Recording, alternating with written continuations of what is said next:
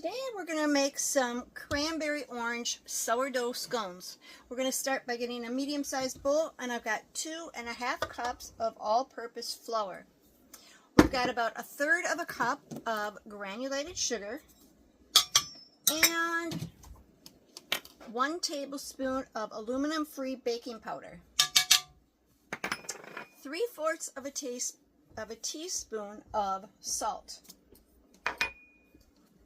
All right, we were supposed to add unsalted butter. Now, I did add my salt in already, so know that when you're making this, if you're using unsalted butter, you can use the salt, and mine's just going to be a little bit more saltier, and I'm going to be fine with that. So, you want to keep all your ingredients for this recipe cold. So this is a frozen stick of butter, and I'm going to get this grated up, and then we're going to add that in to our flour mixture. So we'll come back when this is all grated up. So grating this butter is going to give your arm a workout, which is really good to keep your muscles strong. So many of us use items in our house that just let the appliances do all the work. So I'm okay with getting my muscles stronger as I age. So you want to go ahead and whisk in those ingredients in your dry bowl there of dry ingredients. It's just about done. So you can see it's all nice and curly. What makes the layers of the scones is the butter. And so just having this all grated up like this is really the key, and cold. I'll get that out of there in a moment. So all we're going to do here is we're going to take a fork. Actually, we're just going to use the whisk and whisk this all together.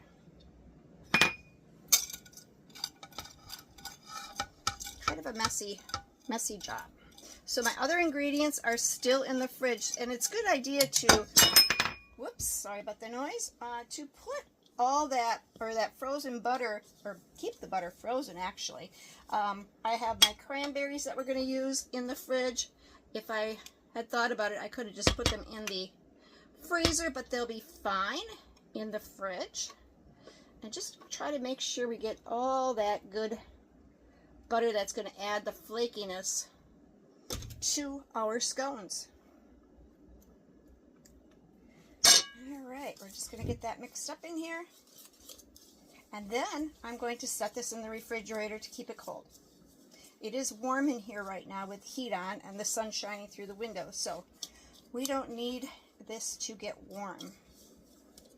Okay, so it's just basically like this. There really isn't anything to it, kind of a little crumbly, but you just want to get it mixed up so it's not in one big clump. Before we put our dry ingredients into the fridge, you want to take 1 cup of fresh cranberries and just mince them up in a food processor or whatever you have, and we're going to add that in, and then we're going to get our fork and we're just going to toss it in here. You're not really going to mix it, you just want to fold it over on itself. And now we're able to put this in the refrigerator. And I'll kind of give you a little look at that. All right. Okay, we're going to take, this is 1/2 cup of sourdough discard. Now, this was active sourdough about a day or so ago, so this is still good. You don't want to use something that's been in the fridge for a long time because it's just not going to provide what we need out of there. So I'm going to try and get as much as I can out of here, and we'll go with that. All right, then we have 2 large eggs, and I've got 1/4 cup of heavy cream.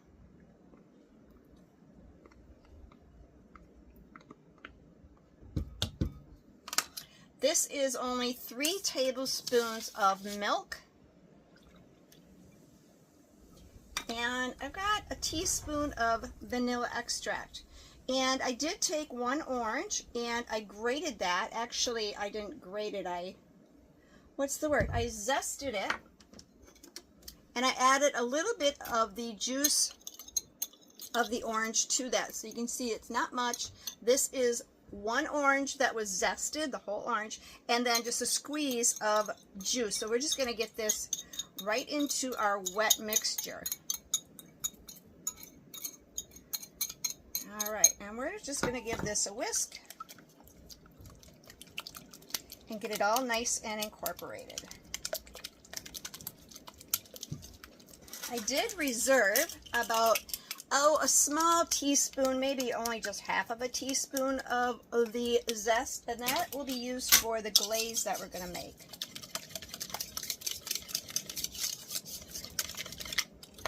And it will look something like that. And from here, we will go and get our items out of the fridge and get ready to do the next part. All right, we got our dry ingredients out of the refrigerator. I'm just going to try and scrape down the sides of the wet ingredients. So we're going to pour the wet ingredients into the dry.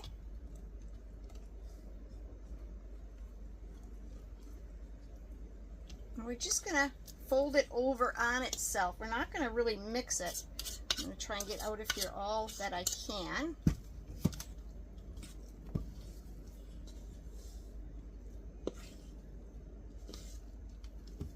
Now, if you get this mix and you find there is still a lot of flour in the bottom, you can just give a little bit of cream or a liquid into that to make the flour more absorbed in. Not, you know, you just want it to be kind of dry, but not a bunch of flour on the bottom. And I think the amount of liquid that I have in here might just be fine. We don't want to over mix it because that just doesn't work for this recipe. All right, so we got that mixed up as well as we can.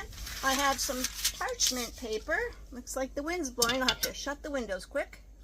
All right, so we're gonna just kind of get our hands in here, clean hands. I'm just gonna bring it together and lift up that flour off the bottom.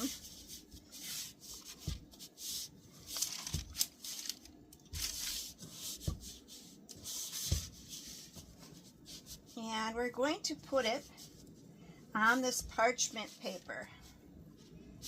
Okay.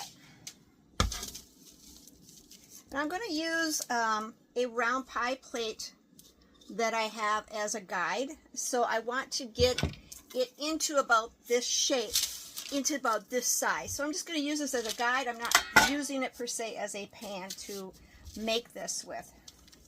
I'm just going to get this in here a little bit better. Trying to push that in there, not working the dough very much. All right, and we're going to put it into that shape of that pan. It's going to be rather shaggy, and it's kind of hard to work with at this point, but just keep going with it.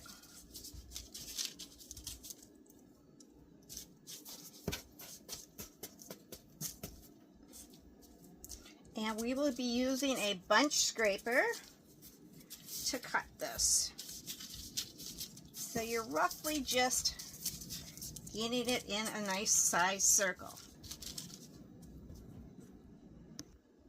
All right, I had that down there and I noticed there's some flour, so I'm just going to knead this in a little bit better, and then I will reflatten it just to get all the amount of what we need in our recipe here.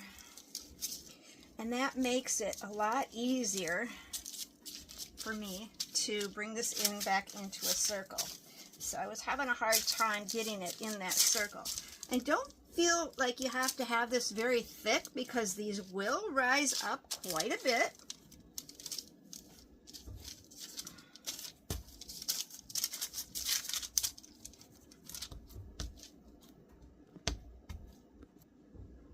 Okay, so from here, you could put a pan underneath here, like a sheet pan, but because I have limited space in my fridge, I am going to use this pan.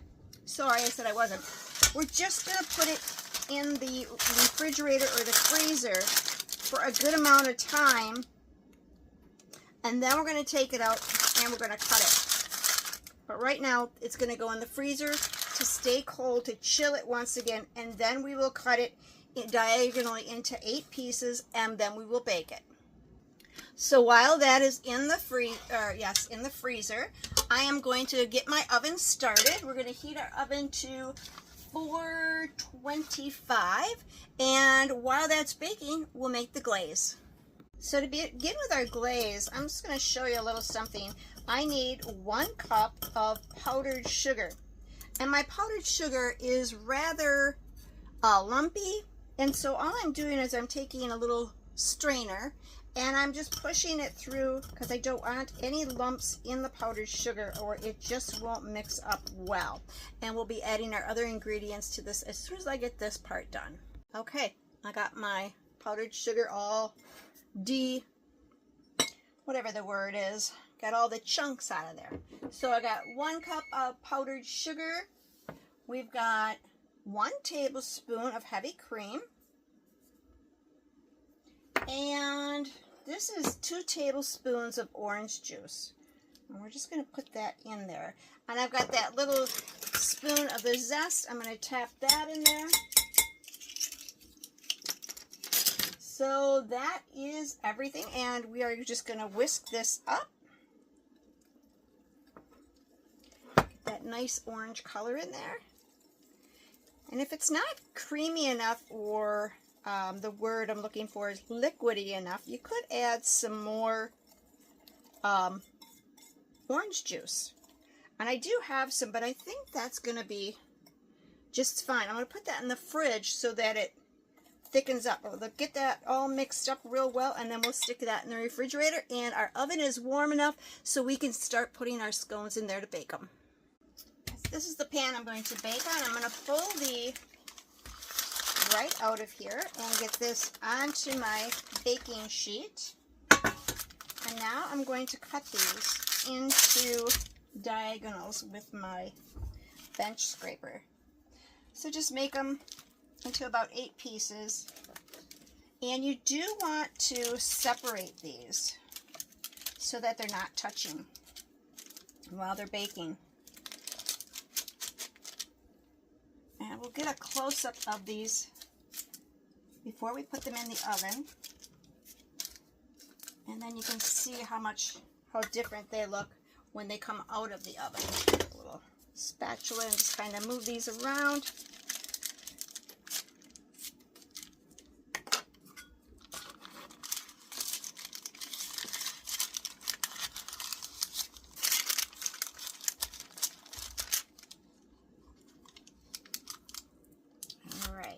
So you can see that is what they look like before we bake them. I'll try to carefully get them out of here, and we'll get these on the sheet individually. And there you can see they're kind of separated, so they're individualized. So now we'll get them into the oven. We're going to bake these about 15 to 20 minutes. We'll come check on them, make sure that they aren't gooey on the sides here, make sure they're completely done. So 20 minutes in the oven, and I did feel the sides to make sure they weren't gooey at all. And they are done. So you want them to be you want it crusty, not really hard at all, but you do want to not feel any stickiness of the dough. So let these cool, and then we're going to let these cool about 10 minutes, and then we're going to drizzle on that wonderful topping. Alright, our scones have cooled a little bit. I put up the parchment underneath the rack here, and we're just going to spread on the topping. And I just put that under there in case any of the frosting just happens to drip down. I can just not have to worry about washing the counter off. Of course, I'll have to wash off the rack. So those orange specks of the zest of the peel looks very good in here. The combination of the cranberry and the orange give it that unique flavor. Not something probably kids would enjoy. I think it's more of a mature taste.